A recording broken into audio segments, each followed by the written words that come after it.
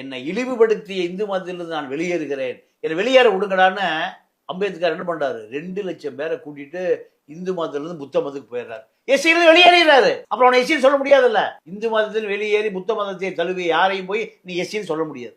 ஒரு மாசம் 2 லட்சம் பேரு, அடுத்த மாசம் அவர் எஸ்சி அப்படின்னு தானே எல்லாரும் சொல்லிட்டு இருக்காங்க. அவர்களை குண்டர் சட்டத்துல உள்ள போடணும். அவர்களை நீங்க இந்த மனித சமூகத்தை நீங்க ஜாதியாக, அதுவும் ஒடுக்கப்பட்ட ஜாதியாக பிரித்தவனை நீங்க எதுல போடணும், குண்டர் சட்டத்துல போடணும். நீங்க அது எஸ்சிங்கிற அடையாளத்தை அழிப்பதுதான் முதல் வேலை. இப்ப இந்த நீயா நானா ஜாதி பிரச்சனை வந்ததுக்கு அப்புறம் கோபிநாத் அவர்கள் என்ன சாதி அப்படின்றது எல்லாருக்கும் ஒரு பெரிய பேசும் பொருள் ஆயிடுச்சு. ஏன்னா இவருடைய கோபிநாத்துடைய தந்தை இறந்ததுக்கு பிறகு அவருடைய தந்தை பெயர் போட்டு செட்டியார்னு ஒரு ஜாதி பெயரை மென்ஷன் பண்ணி போஸ்டர் எல்லாம் ஒட்டப்பட்டிருந்ததை பார்த்துட்டு சோசியல் மீடியாலே பலரும் அதை ஷேர் பண்ணியிருந்தாங்க. ஜாதியை பத்தி இவ்வளவு பேசிய கோபிநாத் அவர்களே, உங்க தந்தைக்கு நீங்க என்ன ஜாதியை போட்டு நீங்க போஸ்டர் ஒட்டி இருக்கீங்க அப்படின்னு பேசியிருக்காங்க. ஐயா, இதை நீங்க எப்படி பாக்கல? அதாவது கோபிநாத் தன்னுடைய சாதிய நீங்க பட்டியல் சாதியா இருந்தா போஸ்டர் ஒட்டி இருக்க மாட்டார். செட்டியார், நீங்க மேட்டுக்குடி, அதனால தன்னை இந்த ஜாதியான்னு காமிக்கிறார். நீங்க கோபிநாத் தலித்தாக இருந்தா போஸ்டர் ஒட்டியிருப்பாரா? இல்ல தேவேந்திர கூட வேளாளராக இருந்தா போஸ்டர் ஒட்டியிருப்பாரா? இல்ல எஸ்டி பட்டியல மக்களாக இருந்த போஸ்டர் ஒட்டியிருப்பாரா? அப்போ ஜாதி என்பதை தன்னுடைய திமிரை காமிப்பதுதான், ஆணவத்தை காமிப்பதுதான். தந்தை பெரியார் என்ன பண்ணாரு, ஜாதி ஒழிப்பு மாநாடுன்னு 56 நடத்துறாரு. பலாயிரம் பேர் ஜெயிலுக்கு போறான். ஜெயிலுக்கு போய் செத்தே போயிடறான். ஜெயிலு அடக்கம் பண்ணுவதற்கு கூட பாடி அவன் குடும்பத்துக்கு கொடுக்கல. எங்க புதைக்கிறாங்க, சிறைக்குள்ளேயே புதைக்கிறாங்க. இதுதான் வரலாறு. உலகத்திலேயே சாதி எதிர்ப்பு இயக்கமாக்கியது தந்தை பெரியார் தான். ஆனா இன்னைக்கு ஒண்ணும் இல்லம்மா, இதுக்கு ஒரே நாள்ல தீர்வு, 1 மணி நேரத்துல தீர்வு. நீங்க அருந்ததியர்கள் மேட்டுப்பாளையத்துல குடியிருந்தாங்க. எங்க ஊட்டிக்கு போற மேட்டுப்பாளையம், ஊட்டி மேட்டுப்பாளையத்துல ஒரு பெரிய காலனி, அருந்ததியர் காலனி. அமைச்சர், சென்ட்ரல் அமைச்சரா இருக்காரு முருகன், பிஜேபியில, அவர் சார்ந்த சமூகம்.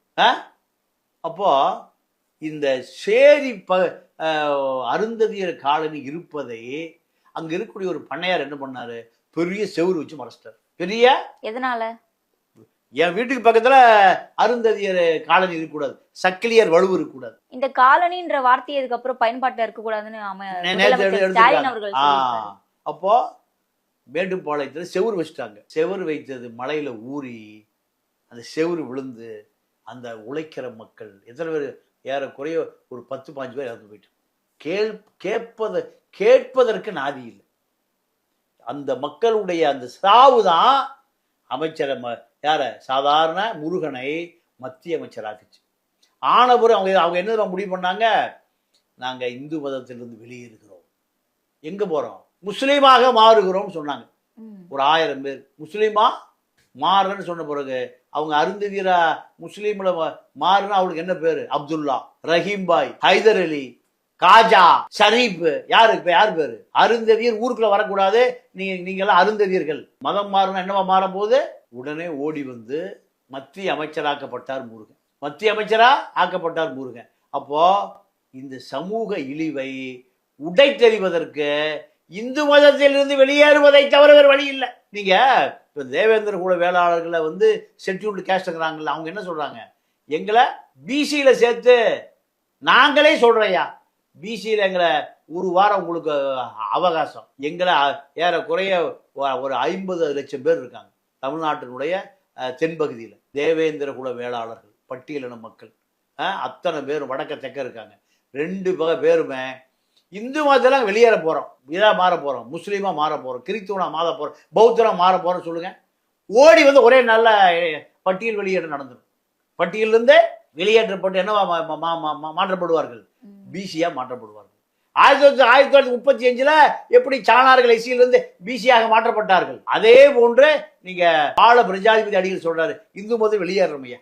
கர்நாடகாவில் சுத்தூர் மடாதிபதி சொல்றாங்க இந்து மதம் வெளியேற போறோம். ஏன் எங்களை சாதியா, எஸ்சியா, பிசியா, எஸ்டியா, எங்களை இந்து மதம். ஏன் இன்றளவும் சமூகத்துல சாதி அப்படின்றது ஒரு ஸ்டேட்டஸா பார்க்கப்படுது நீங்க நினைக்கிறீங்க? இல்ல, அது மேட்டுக்குடியில் இருக்கிறவர்கள் தான் இதை ஜாதிய தங்களுக்கான அங்கீகாரமா நினைக்கிறேன். ஆனா உழைக்கிற மக்கள் இருக்கான்ல, அவர்களுக்கு இது ஒரு இழிவா தான் இருக்கு. அவர்களுக்கு ஒரு இழிவு.